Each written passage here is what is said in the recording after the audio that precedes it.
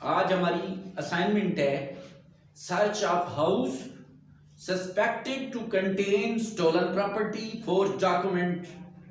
जो भी उसमें कोई फोर्ज चीज है या स्टोलन प्रॉपर्टी है या कोई वेपन ऑफ ऑफेंस है तो उसकी सर्च कैसे करनी।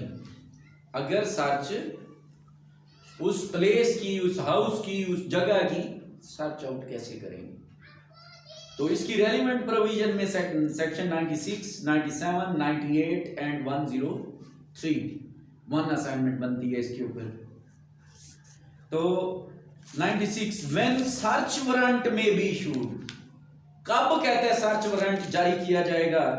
Where any court has reason to believe that a person to whom a समन और ऑर्डर अंडर सेक्शन 94, कहते हैं कि जब कोर्ट को यकीन हो जाता है कि एक बंदा जिसको समन और ऑर्डर जो है अंडर सेक्शन 94 और रिक्वेजिशन जो है 95 सब सेक्शन 1 हैज बीन और माइट बी एड्रेस्ड, कि उसको समन ऑर्डर 94 वाला रिक्वेजिशन 95(1) के तहत वो वसूल हो चुका है। रिक्वेजिशन मींस मतलूबा होता है, पिछली दफा नहीं था कि रिक्वेजिशन का मानी मैंने समझाया था। जो स्टार्ट है जी सर, बिल्कुल 95(1) के तहत उसको समन ऑर्डर और रिक्वेजिशन जो है वो वसूल कर चुका है। विल नॉट और would not produce the document और थिंक, उस समन रिक्वेजिशन और ऑर्डर के मुताबिक वो ना तो डॉक्यूमेंट प्रोड्यूस कर रहे हैं ना ही चीज प्रोड्यूस कर रहे हैं एज रिक्वायर्ड बाय सच समन और रिक्वेजिशन। जैसे समन और रिक्वेजिशन में तलब किया गया उसके मुताबिक वो चीजें वो कोर्ट में प्रोड्यूस नहीं कर रहा। या एक बात तो ये हुई। फिर where such document or thing is not known to the court to be in the possession of any person, और वो डॉक्यूमेंट और वो थिंग कोर्ट को पता नहीं है कि किसके कब्जे में है। और तीसरी बात, where the court consider that the purpose of any inquiry, trial और other proceeding under this code will be served by a general search और इंस्पेक्शन, और कोर्ट ये ख्याल करती है कि जर्नल सर्च और इंस्पेक्शन के बगैर ये प्रोसीडिंग चल ही नहीं सकती। वो बहुत जरूरी है, वो डॉक्यूमेंट और जो है थिंग, उसके बगैर ये कंप्लीशन नामुमकिन है, इसलिए सर्च जो है जरूरी है। तो जब ये तीन चीजें हो जाए, नंबर 1 के कोर्ट ऑर्डर रिक्वेजिशन भेजती है, वो बंदा वो रिक्वेजिशन के मुताबिक चीज और डॉक्यूमेंट पेश नहीं करता। दूसरी बात, कोर्ट को पता नहीं है कि ये चीज और किसके कब्जे में है। तीसरी बात कि इस सर्च के बगैर, उस डॉक्यूमेंट और थिंग के बगैर इंक्वायरी ट्रायल मुकम्मल नहीं हो सकता। तो तब कोर्ट पहुंचती है इस चीज पे, इट में इशू अ सर्च वारंट, फिर वो सर्च वारंट जारी करती है। And the position to whom such warrant is directed, और उस पर्सन को जिसको ये वारंट दिया जाता है, हुक्म दिया जाता है कि मे सर्च, कि आप सर्च करो, इंस्पेक्ट मुआयना करो, इन अकॉर्डेंस देयरविद। देयरविद का मतलब है जैसे इस ऑर्डर में सर्च वारंट में लिखा हुआ है, तो आप इसको लिख सकते हैं, मे सर्च और inspect in accordance with search warrant and the provision here and after contain, और उसके मुताबिक इस सेक्शन से पहले और इस सेक्शन के बाद जो प्रोविजन दी है उसके मुताबिक सर्च करो। जिस बंदे को कोर्ट सर्च वारंट देती है उसको हुक्मनामा जारी किया जाता है कि एक सर्च वारंट के मुताबिक जो शराइत इसमें लिखी हुई हैं इसके मुताबिक, और इस सेक्शन से पहले और इस सेक्शन के बाद जितने भी सर्च के सेक्शन हैं उनको मद्देनजर रखते हुए आपने जाके सर्च करके जो चीजें बरामद हो दोबारा मेरे पास लेके आए। बस इतने तक। 97, पावर टू रिस्ट्रिक्ट वारंट। किसको पावर है कि वो पावर वारंट को रिस्ट्रिक्ट कर ले। The court may, if these things fit, specify the warrant, the particular place or part thereof which only the search or inspection shall extended, and the person charged with the execution of such warrant shall then search or the inspect only the place or part so specified. ये restriction है search warrant के ऊपर कि ये court जो है अगर एक बहुत बड़ी बिल्डिंग है तो उनमें से एक सिर्फ कमरे की सर्च की परमिशन दी है तो उसी को करेगी, उस प्लेस को सर्च की ऑर्डर किया तो उसी के मुताबिक। ये रिस्ट्रिक्शन है, रुकावटें हैं कि जैसे सर्च वारंट में लिखा हुआ है और जो जगह लिखी हुई है, एक प्लेस अपार्टमेंट लिखा हुआ है, उसके मुताबिक सर्च की जाएगी। अब आ गया section 98, search of house suspected to be contain stolen property. एक ऐसा घर है जिसके बारे में शुबा है कि इसमें चोरी शुदा प्रॉपर्टी और फोर्ज डॉक्यूमेंट रखे जाते हैं, तो आम बंदा तो उसकी सर्च कर नहीं कर सकता, ना ही करने देंगे। तो मजिस्ट्रेट से वारंट दरखास्त लेंगे, 96 के तहत वारंट लेंगे, फिर उस हाउस को जाके सर्च आउट करेंगे और वो हाउस ऐसा हो, शर्त ये रखी है कि जिसमें शुबा हो कि इसमें स्टोलन प्रॉपर्टी और फोर्ज डॉक्यूमेंट रखे हुए हैं। Number 1, magistrate of the first class upon information, उसको मालूमात मिलती हैं, any and after such inquiry और inquiry as he thinks necessary, वो इंक्वायरी जो वो मुनासिब समझता है उसके बाद, या मजिस्ट्रेट जब उसको इंफॉर्मेशन मिलती है, इंफॉर्मेशन के ऊपर जो वो इंक्वायरी मुनासिब समझता है उसके बाद, has reason to believe that, कि उसको यकीन हो जाता है मजिस्ट्रेट को कि any place is used for the deposit, रखी हुई है, और सेल ऑफ स्टोलन प्रॉपर्टी, कि ऐसी प्लेस जो है वो इस्तेमाल हो रही है कि उसमें कोई स्टोलन प्रॉपर्टी डिपॉजिट हुई पड़ी है, जमा हुई पड़ी है, या वहां पे उस प्लेस में स्टोलन प्रॉपर्टी का लेन देन का कारोबार होता है। एक बात।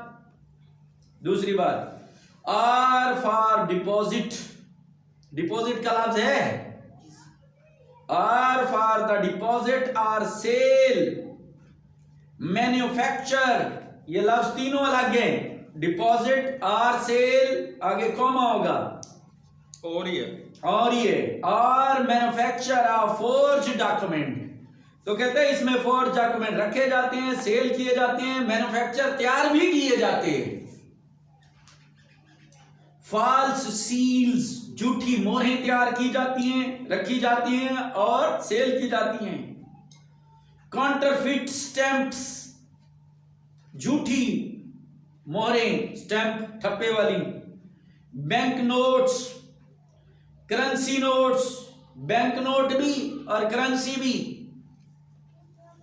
क्वींस या instrument or material for counterfeiting coins, या उधर कोई आलात पड़े हुए हैं सांचे ढालने के लिए, मशीनें ऐसी हैं जो कॉपर का सिक्का डालो उसको गोल मोल करके वैसा नीट एंड क्लीन सिक्का बना के दे देती है। ऐसी मशीनें हैं जो 5000 का नोट वीआईपी करके तैयार करके दे देती है। ये इंस्ट्रूमेंट है, कोई मटेरियल पड़ा हुआ है फॉर काउंटरफिटिंग, कि हम काउंटरफिट कर सके, नकल साजी बना सके, काउंटरफिटिंग नकल साजी बना सके। क्वीन की, स्टैम्प की, बैंक नोट की, करेंसी नोट की, किसके लिए? फॉर फॉर्जिंग, कि हम फॉर्जरी कर सके, तो इस प्लेस की। फिर उसने कहा or that any forge documents, false seals, counterfeits, stamp, bank notes, currency notes or coins or instrument material used for counterfeiting coin or stamp, bank notes, currency notes are for forging are kept or deposited in any place। तो उधर वो coin भी बनने पड़े हैं, बन भी रहे हैं, डिपॉजिट जमा भी हुए पड़े हैं और उसको इस्तेमाल भी किया जा रहा है। वो प्लेस इस जगह के लिए यूज हो रही है। और चौथी क्लास जो है आर फॉर द डिपॉजिट, उसमें जमा की गई हैं या सेल की जाती हैं, मैन्युफैक्चर तैयार की जाती हैं, प्रोडक्शन पैदा भी की जाती है।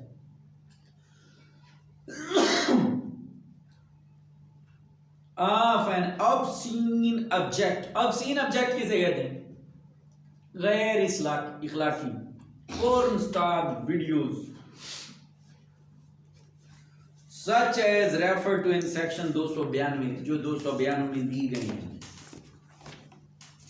ऑफ Pakistan penal code, that any such obscene objects, और वो गैर इस इखलाकी मकासद वाले जो चीजें हैं कैप्ट रखी गई हैं, डिपॉजिट की गई हैं इन एनी प्लेस। तो ये 4 सिचुएशन बनती हैं सेक्शन 98 को एक्शन लेने के लिए। तो फिर जाके मजिस्ट्रेट रीजन टू बिलीव होता है कि वो क्या कर देता है, ही मे बाय हिज वारंट, कि वो क्या करेगा, अपने ही वारंट के जरिए ऑथोराइज करेगा any police officer above the rank of constable, constable से बड़े रैंक को, ऊपर के रैंक को, कि तू क्या कर, to enter with such assistance as may be required such place. तो शॉर्ट करेंगे टू इंटर सच प्लेस, बस दाखिल हो गया। जब सिर्फ दाखिल ही नहीं होना ना, आगे भी तो कुछ करना है ना। बी पे to search the same, same के ऊपर लिख लें प्लेस, लाइन ठीक हो जाएगी। To search the place in manner specified in warrant, कि उस प्लेस की फिर सर्च कर ऐसे जैसे वारंट में लिखा हुआ है। और सी पे पहले दाखिल हुआ, फिर उसकी प्लेस की सर्च की, सर्च करने के बाद आखिर कोई चीज हाथे भी तो लगेगी ना। To take possession of any property, document, seals, stamps, banknote, currency, coins therein found which he reasonably suspect to be stolen, unlawfully obtained, गैर कानूनी तौर पर उन्होंने हासिल किए हुए, forged, false, counterfeit, and also of any such instrument and material of any such obscene object as aforesaid, जैसे कि ऊपर बयान किया गया है, कि उन तमाम चीजों को कब्जे में ले लेगा। तो देखें तरतीब, देखें दाखिल होगा, सर्च करेगा, सर्च करने के बाद जो चीजें होगी वो अपने कब्जे में ले ली, फिर जब चीजें कब्जे में ले ली आखिर उसको ठिकाना भी तो लगाना है। टू कन्वे, मुंतकिल करेगा such property, document, seal, stamps, bank note, currency note, coins, instruments or material such obscene object before a magistrate, कि जिसने वारंट जारी किया था उसके सामने उसको जाके पेश कर देगा, यहां तक। फिर आगे आ गया टू टेक, अब साफ जाहिर है उसमें एक चीज रह गई है, सोचिए क्या रह गई है, दाखिल भी हो गया, सर्च भी कर ली, चीजें भी मिल ली, कब्जा भी ले लिया, तो फिर एक चीज रह गई, आखिर कोई बंदा तो होगा वहां पे, उसको गिरफ्तारी नहीं डालेगा, पकड़ेगा नहीं उसको। To take into custody and carry before a magistrate every person found in such place, every person, every, चाहे मुनीब वैसे चल गया हो वहां पे, कोई नया क्लिप वाली वीडियो आई हो लेने गया होगा वहां पे, 292 वाली प्लेसें है ना, जाके लोग खरीदते हैं, तो जैसे जैसे आती है वो छोड़ती हैं, लोग जाके ले आती हैं वहां से। या मुनीब को 50,000, एक मेरे पास केस आया, उसमें था कि उसने 5 लाख लिया, 5 लाख में हर 5 नोटों के बाद एक जाली नोट, 1000 के नोट थे हर। तो जब पकड़ा गया तो सारा, मैंने कहा आप कहां से ले जाते हो, कहते हैं हम 50,000 देते हैं, वो हमें लाख देते हैं, 50,000 का असल देते हैं, नकल में हमें कितना मिलता है, लाख। तो कहते हैं 50 फिर भी तो बनता है, और कहता है आम बंदे की जरूरत ही नहीं है इसको पहचानने, कोयटे से लेके यहां तक, ई तक।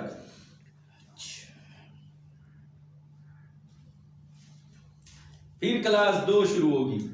The provision of this section ये तक कहाँ हाँ यहीं तक बस, place every person every person found in such place, बस। ठीक है। The provision of this section with regard to counterfeit coin, suspected instrument material for containing coin, so far as they can be made applicable, apply respectively। इन कानूनों के तहत उनका trial चलेगा। जो provision सिर्फ काउंटरफिट कोइन के हवाले से है। तो पहला कानून, pieces of metal made, pieces of meal made in contravention of the Metal Token Act 1889 brought into Pakistan in convention of any notification the time being in force under section 16 of the Custom Act 1969।